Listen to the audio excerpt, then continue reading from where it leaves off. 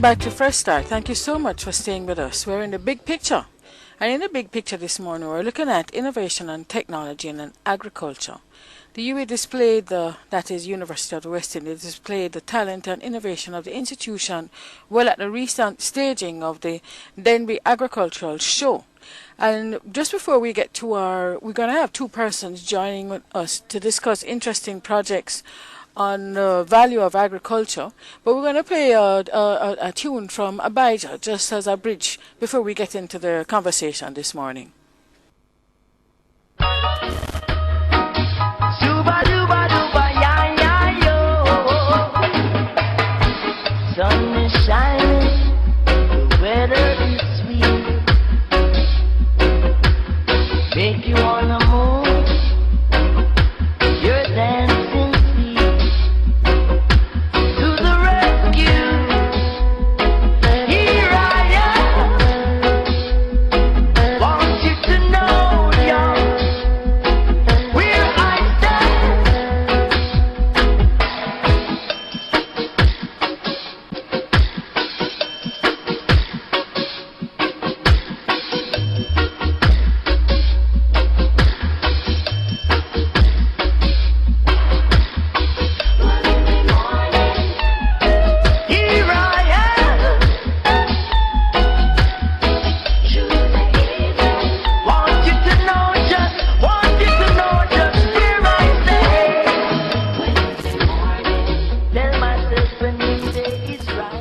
A new day is rising, you know. We tend to think of agriculture just as only an older person with some cane on them head and 200 banana cutting going down the road or like that. But there is a difference in the modern day agriculture of Jamaica, particularly with the work that's done out of our university campus here. So we do have with us this morning Gibre Wallace. Good morning, Gibre. Good morning. Morning, how are you doing? And we also have Rohan Smith. Hi, good morning. Yes. Well, you know, we know that you have two significant projects that we want to share with our listeners this morning because we want to build out the face of agriculture. That's not just about banana and sugar and teething, so to speak, to keep young people out of agriculture. Gibre, can we start with you? Sure. You've been doing some work out of the Mona School of Business in respect of research and looking at the Agro Assistant Initiative. What's that about? Okay. The initiative really is a initiative of the IDRC, which is a research company out of Canada. So they're basically given the MSB a grant to do some open data research.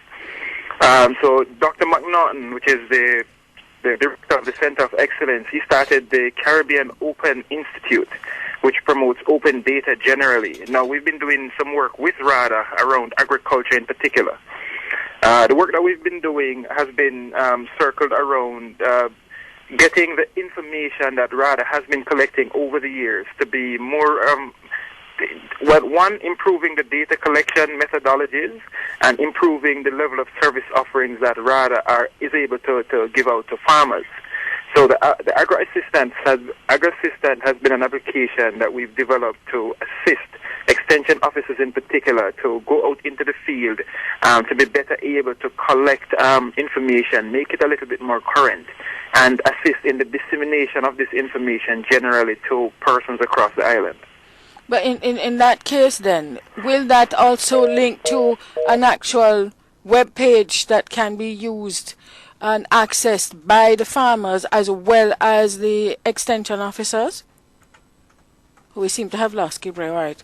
We're going to pick him up. Oh, yes, go ahead, Gibre. Sorry. Yes, right now the ABIS data set is available online if you go to the RADA website. But what we're trying to do, we're trying to improve the service offerings. So instead of you going there and just being able to query some information and you get back some tables, we've added more visualization capabilities so that persons would be able to find information much easier and have the information presented to them in a way that they can easily consume. So this is basically trying to improve how persons are able to collect and utilize this information.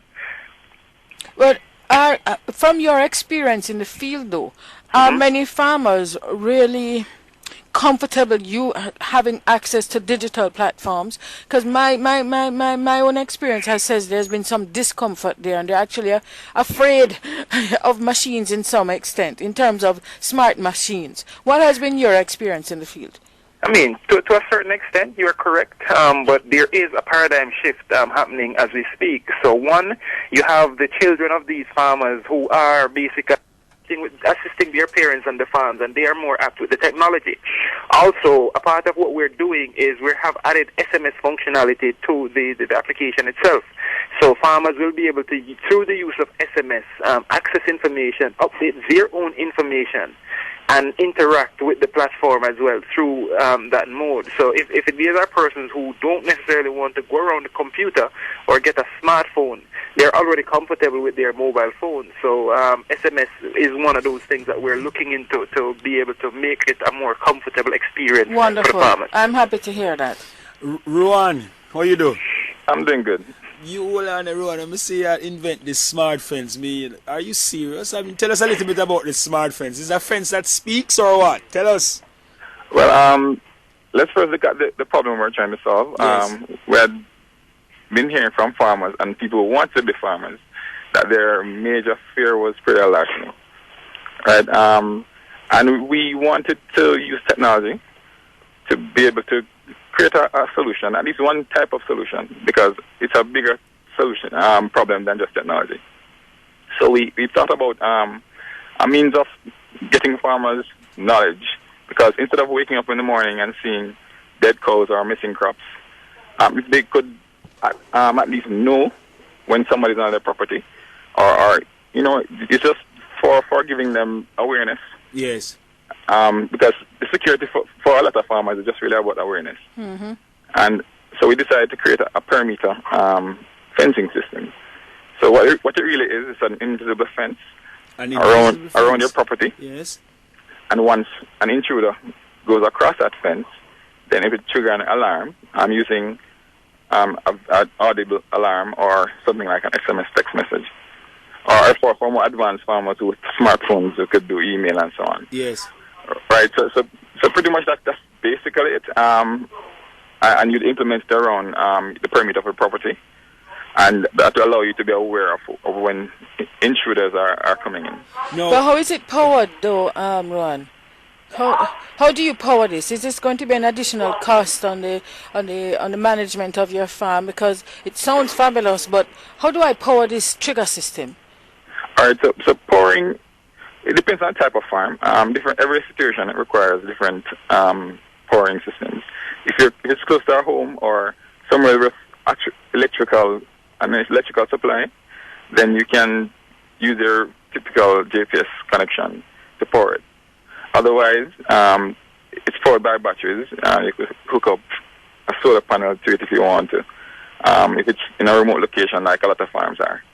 So it's pretty much flexible for whatever situation it needs to be. Okay, that's good to hear. What about the commercialization of it? Are we at a stage, Ron, where the thing can be easily commercialized, or there's some work left to be done?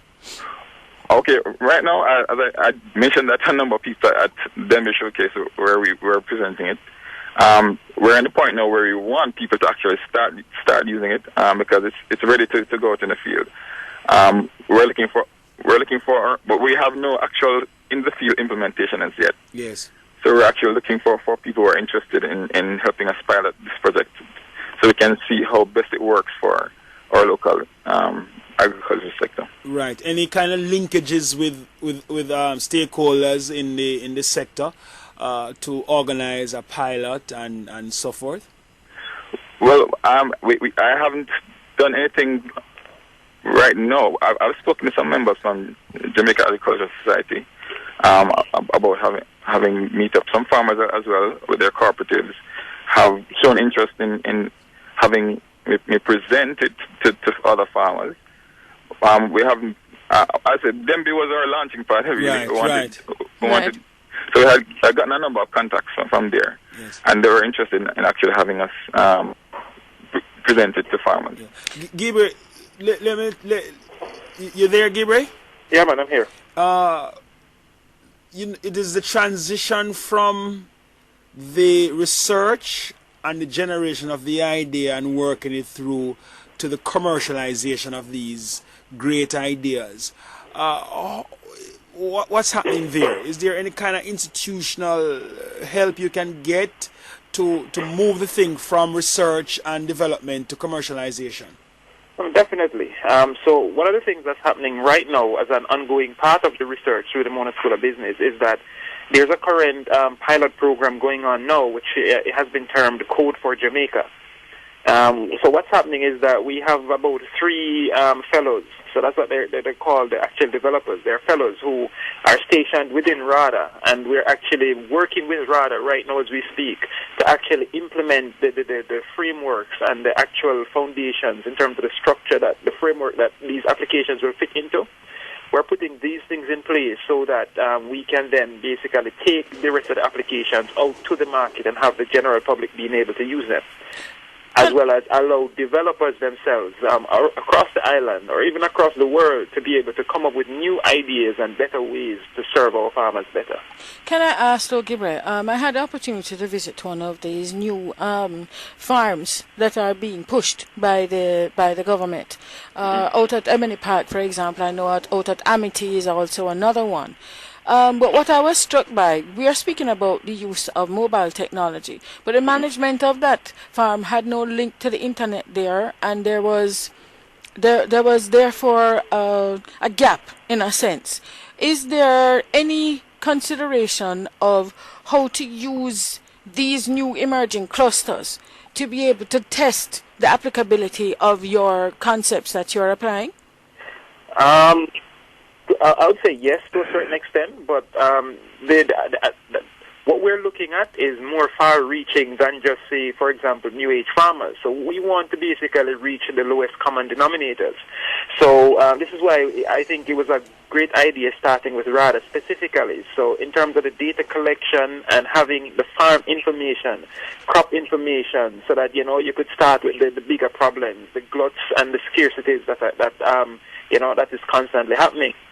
As soon as these things are put in place and you have the information there, then it becomes easier now and to make better decisions as to what new services can be offered. Now, the technology will be there, and I think that in terms of the infrastructure island-wide, that is being developed in terms of internet and connectivity. So I guess at this point we can just basically continue with what we're doing so that we have the foundations in place so that once the technology is here and is readily available, persons can directly take advantage of it and not necessarily wait or be hindered by a lack of progress. Right. Let me come to Rohan and the smart fence.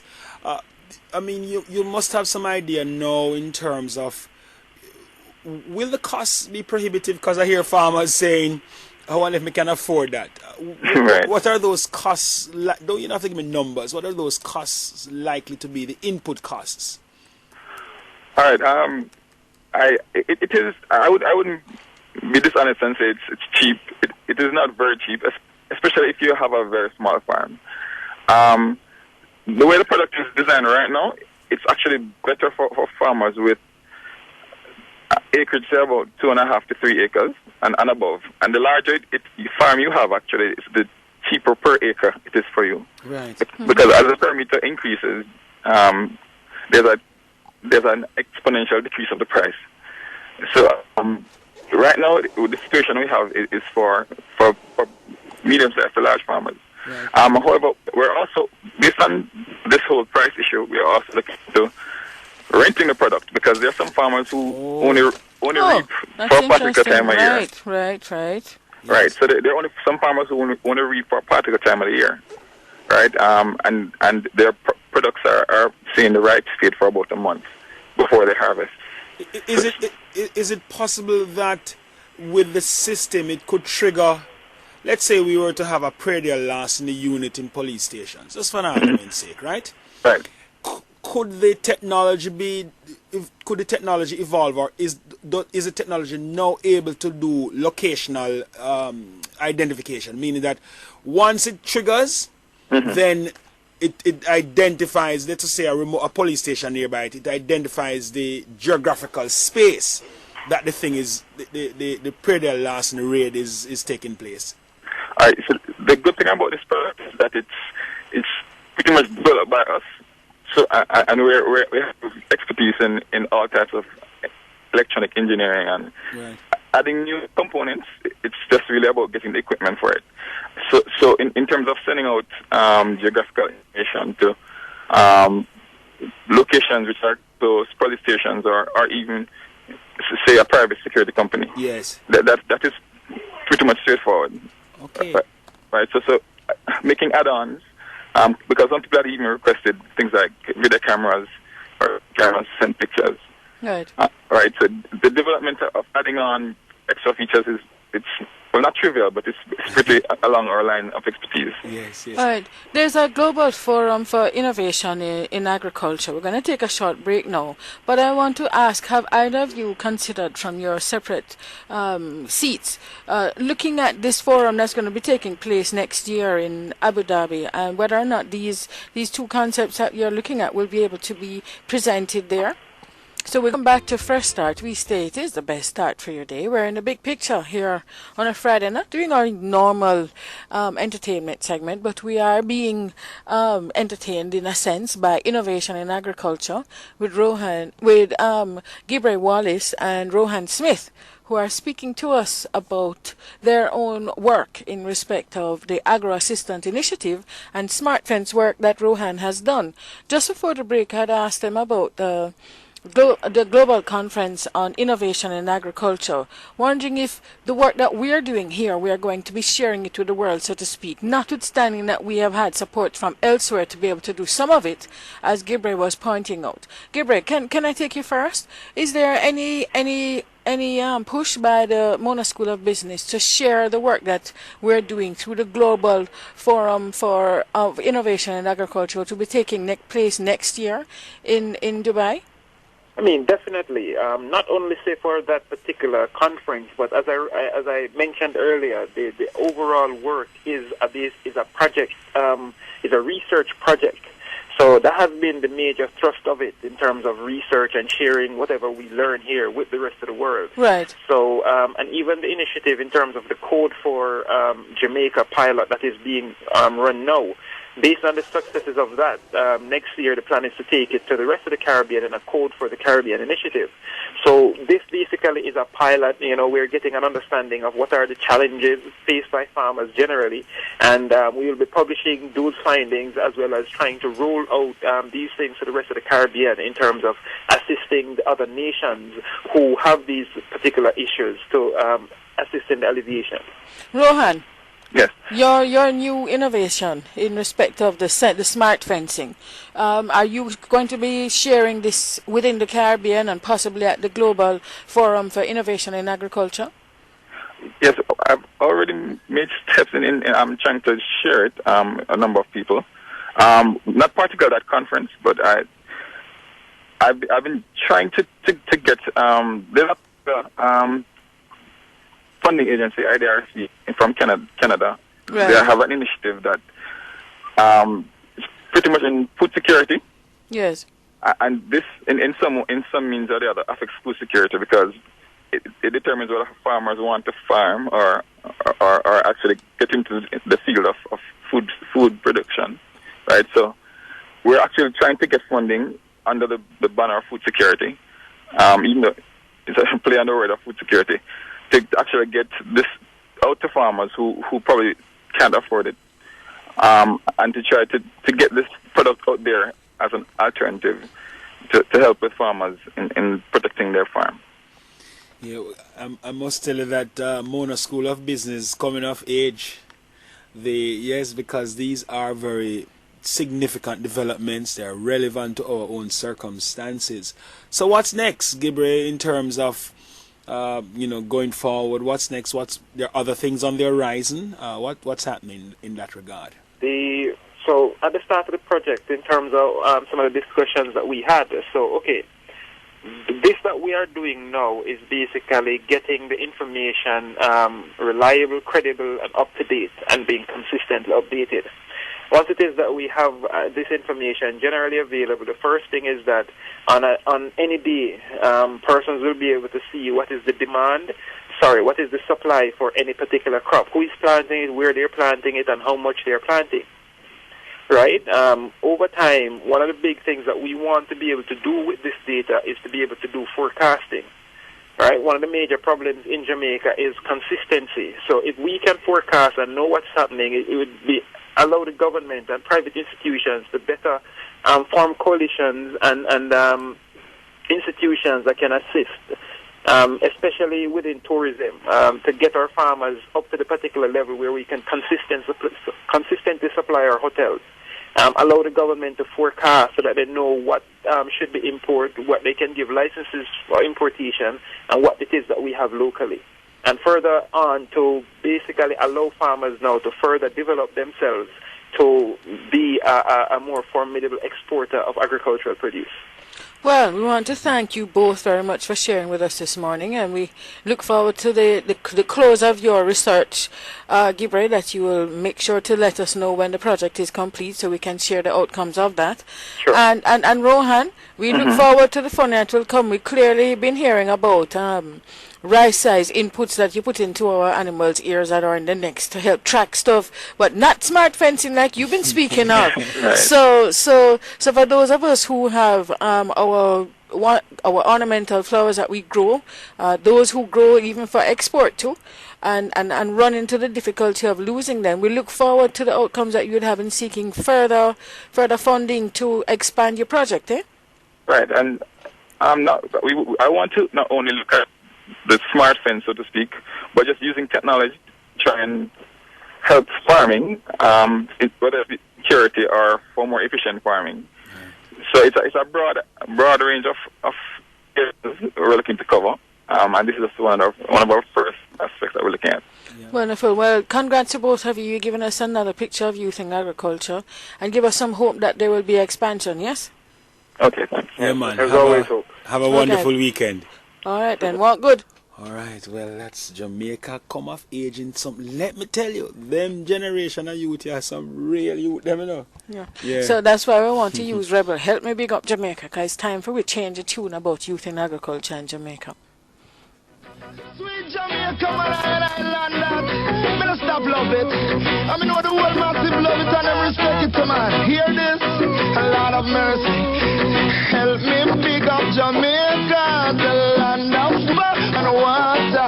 The system might not proper, but we love the vibe, the food and the culture. Whoa, can't you see the beauty of this country? Me never know a serious thing until me reach a foreign. So what a nice place to live. Sweet Jam down, the only problem is that it's not. So what a nice place to live.